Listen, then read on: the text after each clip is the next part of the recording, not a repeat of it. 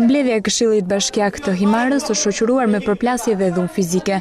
Ndryshe nga seancat të tjera të Këshillit Bashkiak, ku të pranishëm kanë qenë këshilltarët, këtë herë salla ishte mbushur me banorë, të cilët një ditë më parë kishin dërguar pranë njësive diplomatike dhe krerëve më të lartë të shtetit një peticion me qindra firma ku kërkojnë ruajtjen e trashëgimisë së Himarës dhe zgjidhjen e çështjes së pronave, e cila sipas tyre po zaptohej. Gjatë procesit të konsultimit, këshilltarët dhe kryetari i bashkisë kanë replikuar her pas here me banorët, të cilët kanë kërkuar sqarim për çështjen e pronave. Mos më lutesh fare, pronat e mia. Je atje që dal nga neve për neve.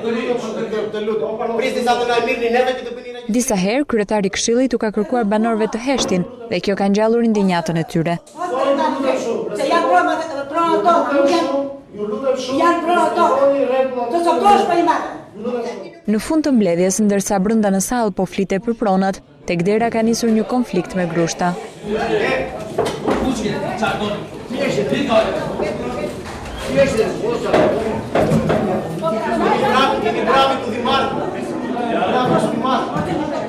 I plagosur ka mbetur shtetasi Manol Zoto, banues në Himar, i cili është konfliktuar me një qytetar me inicialet AN, banues në Tiranë.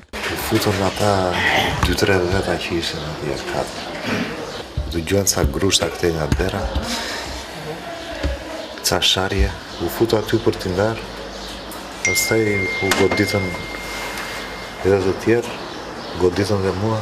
Ishte ke gjatë gjithë rrugës, i rritë gjatë edhe mbilë, kishte ndjenjë. Nuk ndjenjë. Policia ka shoqëruar autorin e ngjarjes, ndërsa banorët pas përplasjes janë grumbulluar përpara bashkisë, duke u shprehur se ngjarja ka patur për qëllim t'i largojë ato nga mbledhja.